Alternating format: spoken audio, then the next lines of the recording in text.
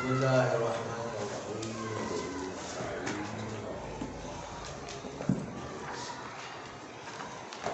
قیام میں 3 قیام آپ کو مد نظر رکھنے ہیں. ایک قیام تو وہ ہے جو تکبیرۃ الاحرام کے وقت کا قیام ہے. ایک قیام وہ ہے جو رکوع میں جانے سے پہلے کا قیام ہے، اور ایک قیام وہ ہے جو رکوع سے اٹھنے کے بعد کا قیام ہے. تو ان 3 قیام میں ایک قیام واجب رکنی ہے اور 2 قیام واجب غیر رکنی. واجب رکنی صرف ایک قیام جو آپ تکبیرۃ الاحرام کے بعد والا نہیں، بلکہ عام اللہ اکبر کہتے رکوع میں جانے سے پہلا کا جو قیام ہوتا ہے چند سیکنڈ کا قیام، وہ قیام متصل برکوع، وہ قیام رکوع سے ملا ہوا قیام ہے. وہ قیام ضروری رکن ہے.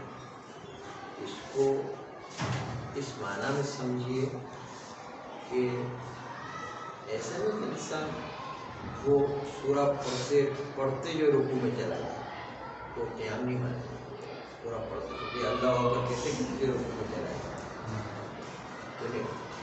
تھوڑی دیر اللہ اکبر کہہ کے چند سیکنڈ میں رکنا ہے. چند سیکنڈ رکنے کا نام قیام متصل برکوع. کہ وہ ذکر کا قیام تھا، اس کے علاوہ اللہ اکبر کہہ کے چند سیکنڈ رکنا ہے اور رک کر پھر قیام ہونا ہے. البتہ کبھی اللہ اکبر کہنے کے درمیان جو قیام ہوتا ہے وہ بھی مان لیا جاتا ہے. وہ بس چند سیکنڈ چاہیے ہوتے کہ سورہ ختم ہونے کے بعد آدمی قیام کرے اور سورہ پڑھتے پڑھتے رکوع میں نہ چلا جائے. سورہ پڑھتے پڑھتے رکوع میں چلا گیا تو قیام رکوع فوت ہو گیا اور رکن فوت ہونے سے پوری نماز باطل ہو جاتی ہے، چاہے جان بوجھ کر ہو چاہے غلطی سے ہو چاہے مسئلہ نہ جاننے کی ہو. اس طرح قیام متصل برکوع رکن ہے، اس کو فوت نہیں کرنا چاہیے. اب آ جائیے وہ قیام جو تکبیرۃ الاحرام کے وقت جائے. اس میں آسیسہ نے ذرا سا احتیاط کرنے کے لیے بیان یہ کر کہ اس تکبیرۃ الاحرام کے جو قیام ہے اس میں آپ کو پہلے چند سیکنڈ کھڑے رہ کر بالکل سکون کی حالت میں کھڑے تکبیرۃ الاحرام کے اور چند سیکنڈ قیام اس طرح کے رکوع تکبیرۃ الاحرام کہنے کے بعد بھی چند سیکنڈ کھڑا سکون کے ساتھ یہ ضروری تاکہ پکا ہو جائے کہ قیام کی حالت میں تکبیرۃ الاحرام کا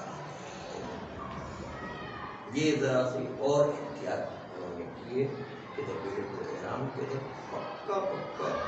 قیام کی حالت میں انسان سکون کی حالت میں.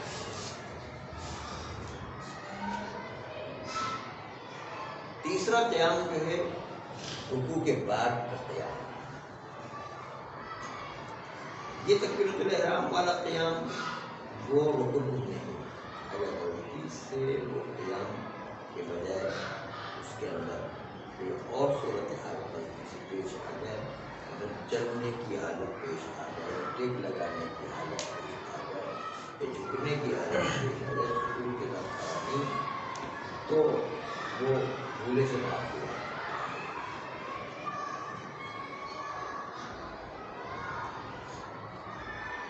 تیسرا قیام رکوع کے بعد والا قیام. رکوع کرتے ہی جھکی ہوئی حالت میں ہی سجدے میں نہیں پہنچ جانا. رکوع کرنے کے بعد پورا انسان کھڑا ہو پھر کھڑا ہو کر رکوع میں جائے. اگر جان بوجھ کے کھڑا نہ ہو رکوع سے ہی ڈائریکٹ جھکتے ہوئے جو رکوع سے سجدے میں پہنچ جائے تو وہ بھی قیام متصل برکوع، وہ والا رکن نہیں، وہ بھی رکوع سے متصل والا قیام لیکن وہ رکن نہیں. اس میں خالی کھڑا رہنا جان بوجھ کے اگر اس میں بھی کوتاہی کر دے تو وہ بھی نماز واقع کر دے گا، کیونکہ غیر رکنی میں بھی جان بوجھ کے کوتاہی کو نہیں مانا جاتا، جان بوجھ کو چھوڑنے وہ قابل قبول نہیں ہے۔ ویسے تیسرا قیام بھی قیام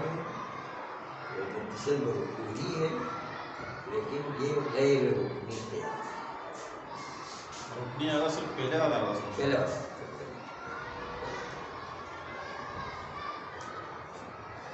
اس کے بعد کہتے ہیں کہ کوئی آدمی غلطی سے قیام سے سیدھا سجدے میں چلا گیا، غلطی سے سجدے میں چلا گیا، اس پر لازم ہے جو پہلے کھڑا ہو،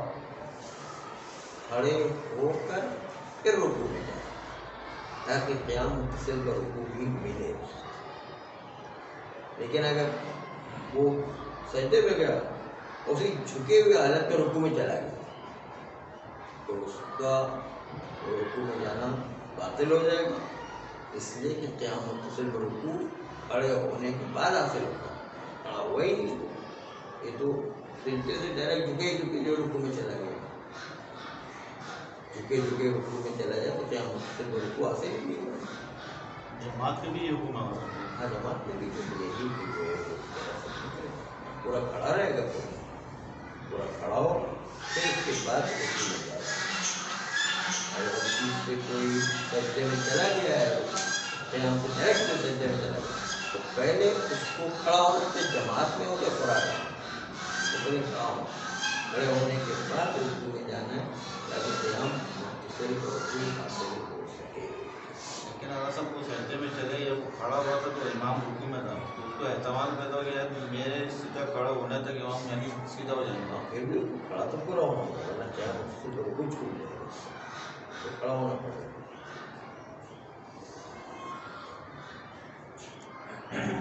اب وہ امام جماعت میں وہ آگے بہت زیادہ چلا گیا تو زیادہ نماز پورا ادا ہو جائے گی، لیکن نماز صحیح تو ہوگی کم از کم، یہ تو نماز ہی باطل ہو جائے گی۔ کہ اگر ہم دوسری رکعت میں شامل ہو رہے ہیں جماعت کے اندر اور امام سجدے میں رکوع میں جانے والا ہے اور ہمیں یہ ڈر ہے کہ اگر اپنی الحمد کمپلیٹ کریں گے تو امام کھڑے ہو جائیں گے رکوع سے، تو الحمد کمپلیٹ کرنا واجب ہے یا پھر ہم بھی جتنی پڑھ لی اس پہ اتفاق کر کے رکوع میں چلے جائیں؟ الحمد پڑھنا ضروری ہے، لیکن اس کا علاج ہے کہ آپ دیکھیں کہ جب امام جماعت رکوع سے اٹھنے والا تو الحمد نہیں پڑھا، رکوع میں ہی شامل ہو جائے، الحمد شروع کیوں کرتے ہیں، شروع ہی نہیں کریں۔ اور تیسری رکعت میں کیونکہ تیسری رکعت تو ہماری پہلی رکعت تو پھر تو ہمیں الگ پڑھنا ہے، نہیں پھر بھی ضروری ہے رکوع میں شامل ہو جائے، پتہ ہے کہ ابھی فوراً اٹھنے والے ہیں لیکن تو اگر آپ الحمد پڑھیں گے مطلب چوتھی رکعت میں تو پڑھنا پڑے گا نا، کیونکہ چوتھی میں ہمارا کیونکہ نماز میں شامل ہو چکے ہیں، ان کی چوتھی رکعت ہے ہماری شامل ہو چکے تو الحمد پڑھیں، الحمد جلدی سے مکمل کر کے رکوع میں شامل اور کمپلیٹ نہ ہو پائے الحمد جو ہے کمپلیٹ پورا کریں، اس کو پورا کر کے رکوع میں شامل ہو، اس کے دوسری رکعت میں کیا جو ہے قنوت چھوڑ دیں، قنوت کے بغیر رکوع میں شامل ہو، قنوت پڑھنا کوئی ضروری نہیں ہے۔ سب جماعت ہو رہی ہے، ایک بندہ آیا ہے لیکن امام جماعت جو الحمد پڑھ رہا ہے وہ الحمد میں شامل ہو سکتا تھا، لیکن وہ اتنا انتظار کرتا ہے کہ امام رکوع میں چلے، جب وہ امام رکوع میں آتے پھر وہ نیت باندھ کے رکوع میں آتے۔ وہ چالاک آدمی ہے، اس چالاکی کو شریعت نے اجازت دی ہے، اچھی بات ہے، صحیح ہے تو جماعت، ہاں صحیح ہے۔ الحمد کمپلیٹ چاہے اس کو پتہ ہے کہ میں الحمد پڑھ سکتا ہوں پھر بھی نہیں شامل ہو رہا تو کوئی بات نہیں، اس کی مرضی ہے۔ اگر الحمد کمپلیٹ کیے بغیر الحمد کمپلیٹ کے بغیر الحمد پڑھ ہی نہیں رہے ہو، شامل ہوئی رکوع میں ہو رہا ہے، اگر نہیں کمپلیٹ نہیں کی اور رکوع میں چلے گئے تو نماز باطل ہے؟ دوسرے والی رکعت جی دوسرا دوسرے رکعت میں الحمد کے بغیر پھر نماز صحیح نہیں، درست نہیں ہے، الحمد ضروری ہے۔ روایت ہے لا صلاۃ الا بفاتحۃ الکتاب، یہ نماز نہیں ہوتی فاتحۃ الکتاب جو ہے الحمد کے بغیر کوئی نماز نہیں ہوتی ہے، الحمد ضروری ہے بات، لیکن وہ چالاکی کر سکتا ہے، پورا الحمد سورج جو ہے اس کا کاٹ شامل نہیں، ثواب کم ہو جائے گا لیکن باہر رکوع میں شامل ہو سکتا ہے، ثواب کم ہو جائے گا اس کا، کیونکہ الحمد سورج میں شامل ہوتا تو جماعت کو وہ ثواب اس کو ملتا ہے، نہیں ہوا تو بات نہیں، لیکن جماعت صحیح ہے اس کی۔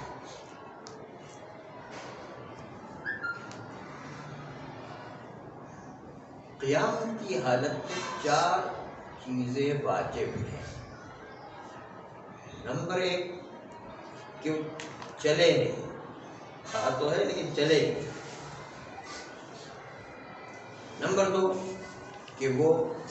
اس طرف جھکے نہیں، نہ دائیں طرف نہ بائیں طرف، نہ آگے کی طرف نہ پیچھے کی طرف۔ کچھ لوگ ہوتے ہیں ذرا ٹیڑھے سے جھکے ہوئے جو نماز پڑھتے ہیں، یہ نہیں، سیدھا کھڑے رہ کے نماز، جھکا ہوا نہیں، قیام چاہیے۔ جھکے والے کو قیام نہیں کہتے، قیام کھڑا سیدھا کھڑا رہنا ہے۔ اور تیسری چیز ہے کہ ٹیک نہ لگائے، کسی چیز سے ٹیک نہیں لگائے، حتیٰ وہ اثر سے بھی ٹیک نہیں لگائے، مگر یہ کہ کسی کی مجبوری اس کے بغیر وہ کھڑا ہی نہیں کر سکتا۔ جیسے بوڑھے لوگ ہوتے ہیں، بیمار لوگ ہوتے ہیں، وہ جب تک کہ اس کو پکڑ کے نہیں رکھے تب تک کھڑے ہی نہیں ہو سکتے، بیچارے گر پڑے۔ تو ایک مجبوری کو، مجبوری میں دیوار سے ٹیک لگانا، مجبوری میں عصا کا سہارا لینا، مجبوری میں وہ اسٹینڈ کا سہارا لینا، مجبوری میں کسی آدمی کے کندھے کا سہارا لینا، یہ مجبوری میں جائز ہے، بلکہ مجبوری میں واجب بھی ہو جاتا ہے، کیونکہ بیٹھنے کی اجازت اسی وقت ہے کہ جب وہ کھڑے رہ کر کسی طریقے سے بھی کھڑے رہ کر نماز نہیں پڑھ سکتا ہے، تو پھر بیٹھنے کی، تو پھر اس کے لیے سہارا لینا واجب ہو جائے گا، کیونکہ اس لیے سہارا لے کے بھی کھڑے ہو کر کے نماز، بلکہ کہا گیا کہ آپ ایک آدمی کرائے پر رکھے کہ آپ کو کھڑا کر کے رکھے اور نماز پڑھے، بیٹھ کے نماز نہیں پڑھ سکتے، اتنی تاکید۔ بلکہ کبھی کبھی کہا گیا کہ جو ہے آپ کوئی دوائی کھا کے کھڑے رہے، آپ کو پتہ کہ جو ہے استطاعت ہے تو دوائی کھائیں، اور استطاعت کی اس کی دوائی کے لیے اسٹرانگ ہو جاتا ہے، اس سے نہیں دوائی کھانا بھی واجب ہو جائے۔ اور کبھی جو ہے کسی کے لیے اسٹرانگ چیزیں کھانا واجب ہو جاتی ہے، کیونکہ وہ اسٹرانگ چیزیں کھا کے وہ کھڑا رہتا ہے، ورنہ کھا ہی نہیں ہوتا۔ تو یہ کبھی کبھی کچھ چیزیں ایسی ہیں کہ انسان کو مجبوراً کھانا پڑتی ہے، دوائی کھانا پڑتی ہے، آدمی کو کرائے پر لینا پڑتا ہے، عصا کا سہارا لینا پڑتا ہے، وہ اسٹینڈ کا سہارا لینا پڑتا ہے، آدمی کا سہارا لینا پڑتا ہے، دیوار کے ٹیک لگانے کا سہارا لینا پڑتا ہے۔ یہ سب چیزیں واجب ہے، بیٹھ کے نماز نہیں پڑھ سکتا ہے، اگر سہارے سے کسی طرح کھڑا ہو سکتا ہے۔ بلکہ کہا گیا کہ آدھے الحمد میں وہ سہارے سے کھڑا رہ سکتا ہے، آدھے الحمد کے بعد اس میں بھی تھک جاتا ہے تو بیٹھے گا، اتنی دیر تک بیٹھے گا کہ کھڑا ہونے کی صلاحیت نہ ہو، تب تک بیٹھ سکتا ہے، تھوڑا آرام کرے پھر دوبارہ کھڑا ہو کے جو ہے، یعنی آدھا بھی کر سکتا ہے، پاؤ بھی کر سکتا ہے، سوچ بھی کر سکتا ہے، اس کو جتنا ہو سکے کھڑا رہنا ہے۔ بیٹھنا تو بالکل ہی مجبوری کا نام ہے، لیکن یہ بھی ان لوگوں کے لیے جو بغیر سہارے سے کھڑے نہیں ہو سکتے، ان کے لیے، جو لوگ بغیر سہارے کے کھڑے رہ سکتے ہیں ان کے لیے کوئی سہارا نہیں ہوتا، نہ دیوار کا سہارا، نہ عصا کا سہارا، نہ اسٹینڈ کا سہارا، نہ آدمی کے کندھے کا سہارا، کسی چیز کا بھی سہارا نہیں ہوتا۔ البتہ دوائی کھا سکتے ہیں، دوائی کھانے کی اجازت، دوائی کھا کے اسٹرانگ ہو جائے، دوائی کھائے یا طاقت والی چیزیں کھائے، اس میں کوئی حرج نہیں، وہ جسم ہیلتھ کو مد نظر رکھتے ہوئے کر سکتا ہے۔ تو یہ اصول کہ کھڑے رہنے میں ٹیک نہیں لگانا ہے، سہارا کسی چیز کا نہیں لینا ہے، بالکل اسٹریٹ بغیر سہارے کے کھڑا ہے۔ البتہ بھولے سے کوئی سہارا لگ جائے، یا بھولے سے تھوڑا سا چل پڑے، یا بھولے سے جو ہے بالکل ایک طرف جھک جائے، تو یہ وہاں پھر بھولے سے ہو جائے لگ بات۔ لیکن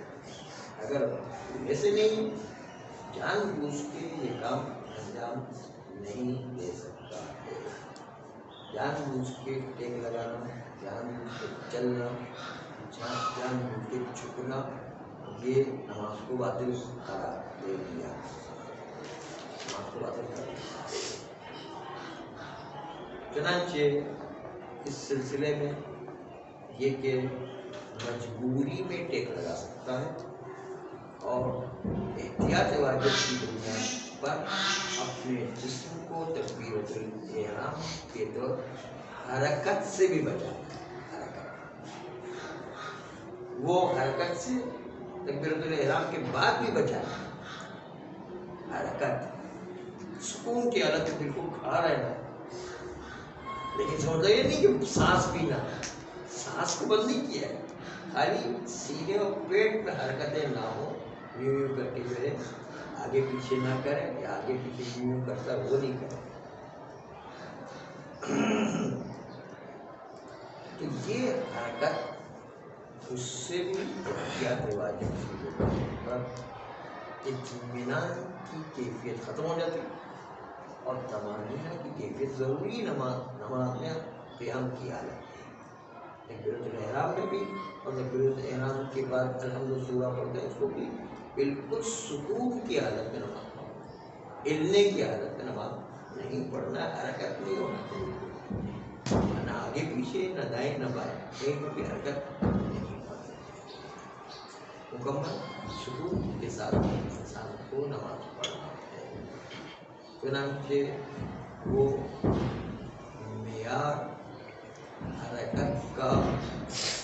عرف ہے، عرف تشخیص دے گی یہ حرکت کر رہا ہے یا حرکت نہیں کر رہا ہے۔ معیار حرکت کا عرف، اور چونکہ آدمی خود بھی عرف میں سے خود بھی ایک آدمی ہے، اس لیے وہ اپنے آپ کو مد نظر رکھے کہ اس کو عرف کی نگاہ میں حرکت مانا جائے گا یا حرکت نہیں مانا جائے گا۔ اگر جو ہے آدمی آنکھ کو جھپکاتا ہے یا جمائیاں لیتا ہے، یہ بھی حرکت ہے، لیکن اس کو وہ حرکت نہیں مانا جاتا ہے کہ وہ حرکت اصل میں حرکت سے وہ پورا باڈی حرکت کرے، یعنی سینے اور پیٹ پر حرکت دے، یہ ہے اصل حرکت۔ چاہے دائیں بائیں جانب سینے اور پیٹ پر حرکت دے، چاہے آگے پیچھے سینے اور پیٹ پر حرکت سے مراد ہو، مطلب کسی کا ہاتھ تھوڑا سا ہل جاتا ہے یا آنکھیں جھپکتی ہیں یا جمائیاں لیتا ہے، تو یہ شرعاً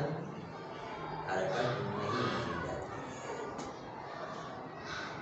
اگرچہ کہ یہ بھی نہ ہو تو بہتر ہے، جمائیاں نہ لی جائے، ہاتھ کو حرکت نہ کی جائے، بالکل کامل سکون کی حالت میں نماز جائے، وہ اچھا ہے۔ جتنا سکون و اطمینان سے نماز پڑھے اتنی ہی بہتر نماز شمار کی جائے۔ صلی اللہ